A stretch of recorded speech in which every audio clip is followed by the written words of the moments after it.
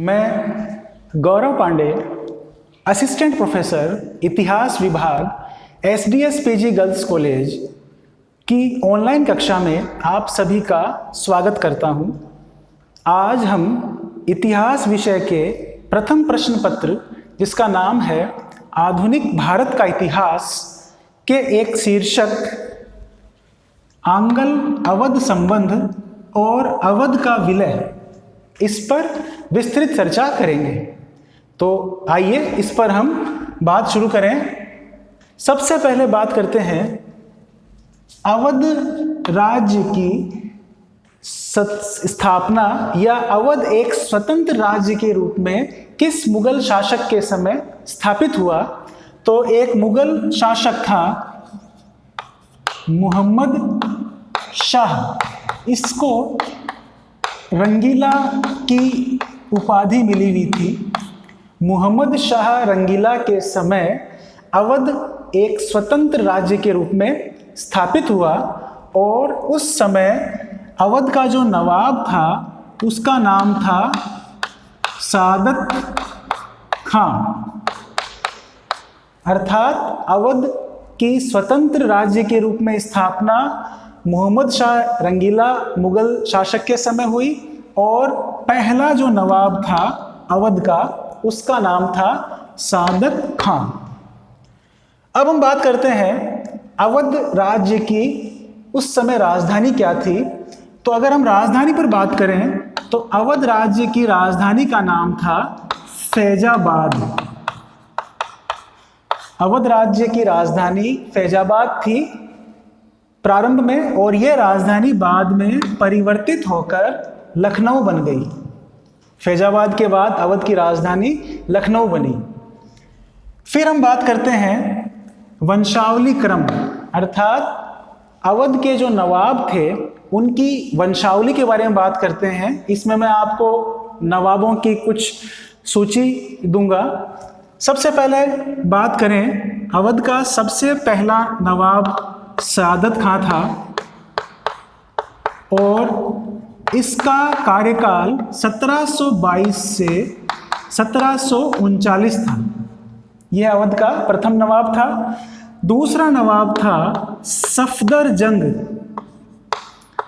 सफदरजंग जो था उसका कार्यकाल 1739 से 1754 था। अवध का तीसरा नवाब था शुजाउद्दौला। शुजाउद्दौला का कार्यकाल 1754 से 1775 ईस्वी था। अवध का चौथा नवाब था आसफ-उद-दौला। आसफ-उद-दौला का कार्यकाल 1775 से 1797 तक था, 1797। इसी क्रम में अवध का जो अगला नवाब था आसफ-उद-दौला के पश्चात, उसका नाम था वजीर अली। वजीर अली 1797 से 1798 तक, यानी एक वर्ष ही अवध का नवाब बना रहा। फिर अगला, इसी क्रम में जो अगला नवाब था उसका नाम था सादत अली खां द्वितीय। इसका कार्यकाल 1798 से 1814 तक था। इसके पश्चात हैदर अली खां नाम से नवाब बना 1814 से 1827 के मध्य। हैदर अली खां 1814 से 1827 के मध्य अवध का नवाब बना। इसके पश्चात नासिरुद्दीन हैदर अवध का अगला नवाब बना, जिसका कार्यकाल 1827 से 1837 ईस्वी तक था। फिर इसके पश्चात अहमद अली शाह अवध का अगला नवाब बना, जिसका कार्यकाल 1837 से 1842 तक था। तो इसमें हमें मुख्य रूप से कुछ जो नवाब है उनका तो पता ध्यान रखना ही है, हालांकि मैंने ये पूरी नवाब की जो वंशावली है वो बोर्ड पर लिखी है। इसमें हमें ध्यान रखना है, सबसे पहला नवाब शुजाउद्दौला, ये महत्वपूर्ण है। आसफउद्दौला महत्वपूर्ण है। सादत अली खान द्वितीय, ये महत्वपूर्ण है। और उसके अलावा वाजिद अली शाह, ये 4-5 नाम तो हमें महत्वपूर्ण जो है वो ध्यान रखने ही है। तो यहाँ पर मैंने इनकी वंशावली दे दी। अब हम बात करते हैं कि अंग्रेजों का पहली बार संपर्क अवध से कब हुआ। तो इस क्रम में हम बात करते हैं इलाहाबाद की संधि। इलाहाबाद की संधि जो कि 16 अगस्त 1765 को हुई थी। इसका तारीख और जो सन है वो महत्वपूर्ण है। इलाहाबाद की संधि 16 अगस्त 1765 को हुई थी। इस संधि के माध्यम से सबसे पहले अंग्रेज और अवध के संपर्क हुए। संधि की कुछ शर्तें मैं बताना चाहूँगा। सबसे पहली जो शर्त थी इस संधि की, उसके अंतर्गत कड़ा और इलाहाबाद, कड़ा और इलाहाबाद के क्षेत्र अंग्रेजों ने अवध के नवाब शुजाउद्दौला से लेकर मुगल सम्राट शाह आलम द्वितीय को दे दिए। मुगल सम्राट शाह आलम द्वितीय। एक बात और मैं इसमें बताना चाहूँगा, इलाहाबाद की संधि करने वालों में अवध का, एक तरफ तो अवध का नवाब था शुजाउद्दौला और एक तरफ था रॉबर्ट क्लाइव। रॉबर्ट क्लाइव उस समय बंगाल का गवर्नर था। तो इन दोनों के मध्य इलाहाबाद की संधि हुई थी और इसमें ये 2 क्षेत्र अंग्रेजों ने मुगल सम्राट शाह आलम द्वितीय को दे दिए। हालांकि कुछ समय पश्चात पुनः 50 लाख रुपए लेकर कड़ा और इलाहाबाद के क्षेत्र अंग्रेजों ने शुजाउद्दौला को सौंप दिए। तो इससे इन दोनों के मध्य, अंग्रेजों और नवाब के मध्य मित्रता, दोस्ती के या मित्रता के संबंध स्थापित हुए। तो यहाँ मैंने सबसे पहले इलाहाबाद की संधि की चर्चा की। अब हम बात करते हैं दूसरी संधि की, जिसका नाम है फैजाबाद की संधि। फैजाबाद की संधि, यह संधि 1775 को हुई थी। फैजाबाद की संधि, वैसे फैजाबाद अवध की प्रारंभिक राजधानी थी। 1775 में अवध के नवाब आसफउद्दौला ने राजधानी परिवर्तित करते हुए अवध की राजधानी लखनऊ बना दी। तो अब हमें ध्यान रखना है, 1775 से अवध की राजधानी लखनऊ थी, उससे पहले फैजाबाद थी।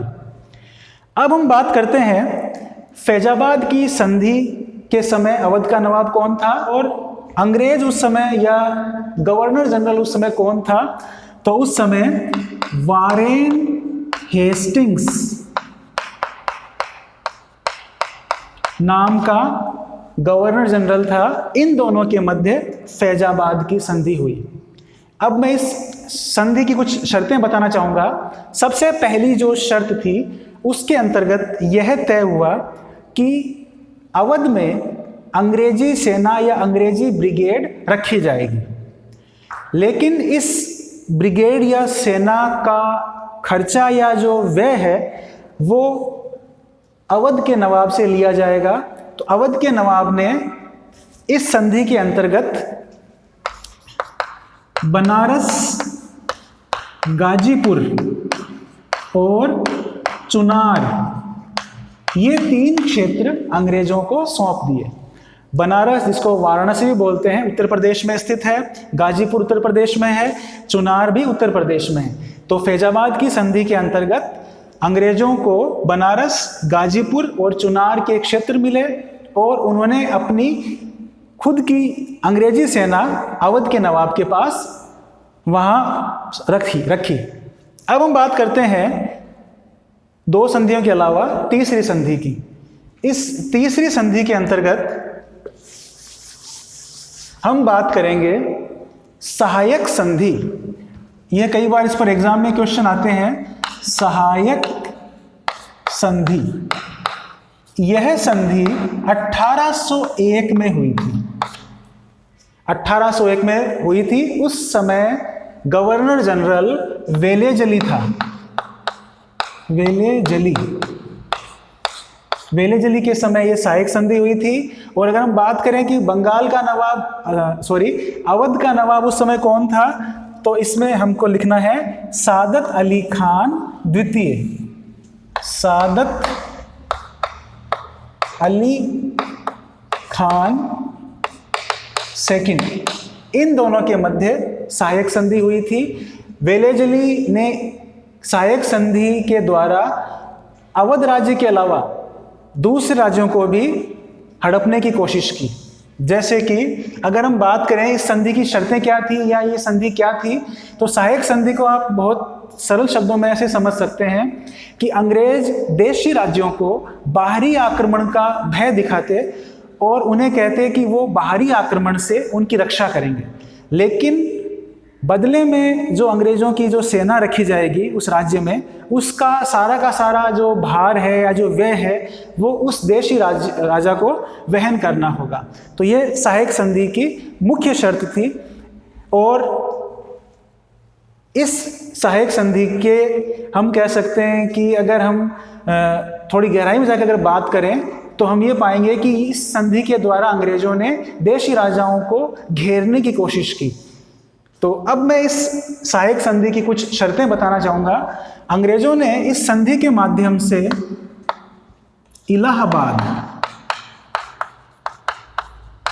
गोरखपुर, कानपुर आदि के क्षेत्र अपने पास रख लिए। इलाहाबाद, गोरखपुर, कानपुर के क्षेत्र अपने पास रखे। उसके अलावा अंग्रेजों ने नवाब सादत अली खान द्वितीय को यह कहा कि वह उसकी बाहरी आक्रमण से रक्षा करेंगे। और अंग्रेजों ने एक ब्रिटिश रेजिडेंट भी अवध के राज्य में रखा और उसके अलावा अपनी सेना भी वहाँ तैनात की। अंग्रेजों ने यह भी कहा कि वो किसी प्रकार का आंतरिक हस्तक्षेप नहीं करेंगे, लेकिन ऐसा बिल्कुल नहीं था। सहायक संधि की एवज में अंग्रेजों ने अवध को घेरना शुरू कर दिया। तो यहाँ हमने 3 संधियों के बारे में बात कर ली। अब हम आगे बात करते हैं अगली संधि की। 1837 में एक अंग्रेज अधिकारी लॉर्ड ऑकलैंड ने अवध के नवाब से एक संधि की। इस संधि के अंतर्गत यह तय किया गया कि अवध के नवाब को बहुत सीमित संख्या में सैनिक रखने होंगे। उसके अलावा यह तय किया गया कि अगर अंग्रेजों को लगा कि अवध का शासन भली भांति नहीं चल पा रहा, वहाँ पर कुप्रशासन की स्थिति पैदा हो गई, तो अंग्रेज उस राज्य का प्रभार स्वयं अपने पास रख लेंगे। तो यह संधि 1837 में हुई थी और उस समय गवर्नर जनरल लॉर्ड ऑकलैंड था। अब हम बात करते हैं, इसके पश्चात एक नया गवर्नर जनरल आया जिसका नाम था लॉर्ड डलहौजी। लॉर्ड डलहौजी घोर साम्राज्यवादी था और इसने कुटिल चालों के द्वारा अवध को ब्रिटिश राज्य में मिलाने की कोशिश की। इसने षड्यंत्र रचे और अपने कुछ अधिकारी अवध में भेजे और उनको साफ तरीके से यह कहकर भेजा कि आप अवध के लिए एक रिपोर्ट बनाइए और इस रिपोर्ट में जानबूझकर यह दिखाना है आपको कि यहाँ पर शासन सही तरीके से नहीं चल पा रहा, यहाँ पर कुप्रशासन की स्थिति पैदा हो गई है। उस ब्रिटिश रेजिडेंट या जो अधिकारी थे उसमें एक का नाम था आउट्रम और एक अधिकारी जो था उसका नाम था स्लीमेन। इन दोनों को डलहौजी ने जानबूझकर गलत रिपोर्ट बनाने का कहकर अवध में भेजा। उसके अलावा डलहौजी ने 1801 की सहायक संधि न मानने का भी अवध के नवाब पर आरोप लगाया, क्योंकि वो किसी न किसी प्रकार से अवध का विलय ब्रिटिश साम्राज्य में चाह रहा था और उसने इस प्रकार से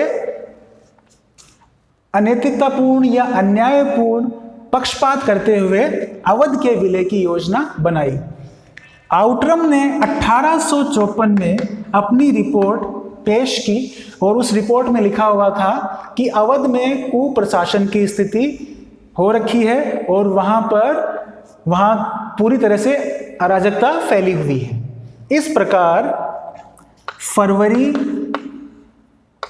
1856 को, यह सन और मंथ और सन बहुत महत्वपूर्ण है, फरवरी 1856 को लॉर्ड डलहौजी ने अवध का विलय ब्रिटिश साम्राज्य में कर लिया।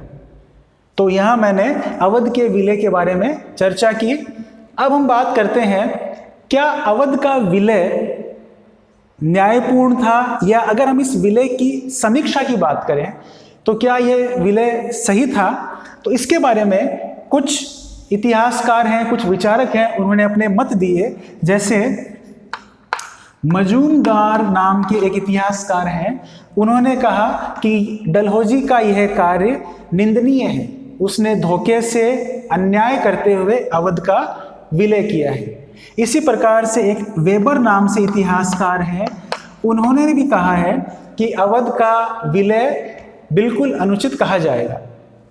स्वयं आउटरम ने भी कहा था कि मैं व्यक्तिगत रूप से भारत के किसी भी राज्य में कभी भारत के किसी भी राज्य को ढंग से नहीं जानता और अवध की स्थिति भी मुझे पता नहीं है। तो इसने अप्रत्यक्ष रूप से ये बात कही थी कि इसे भी गलत रिपोर्ट बनाने के लिए डलहौजी ने कहा था। अब हम बात करते हैं कि अंग्रेजों ने अवध का विलय इस बात पर किया था कि वहाँ पर शासन व्यवस्था या वहाँ कुप्रशासन की स्थिति पैदा हो गई है। क्या अवध के विलय के पश्चात वहाँ की जनता की स्थिति में कुछ सुधार हुआ? तो इसके बारे में हम ये कहेंगे कि वहाँ की जनता के साथ अन्याय किया गया, उनका अपमान किया गया और अवध की जनता इस विलय से बिल्कुल भी खुश नहीं थी। और वहाँ की जनता में इतना उग्र, हम कह सकते हैं कि वो नाराज हो गई, इतना उग्र उनकी क्रोध की लहर फैल गई कि 1857 के विद्रोह में उनका गुस्सा जो था वो ज्वालामुखी बनकर फूटा। तो अवध के विलय की समीक्षा की बात करते हैं तो यह विलय बिल्कुल भी हम कह सकते हैं कि गलत था और इसमें डलहौजी ने अपने षड्यंत्र के द्वारा, अपनी कुटिल चालों के द्वारा इसका विलय किया। और अवध का अंतिम नवाब जो था वाजिद अली शाह था, जिसको डलहौजी ने पेंशन देकर और कलकत्ता भेज दिया। इस प्रकार से अवध का विलय जो है उसका टॉपिक यहाँ पर पूरा होता है। मैं उम्मीद करता हूँ कि आपको ये टॉपिक समझ में आया होगा। धन्यवाद।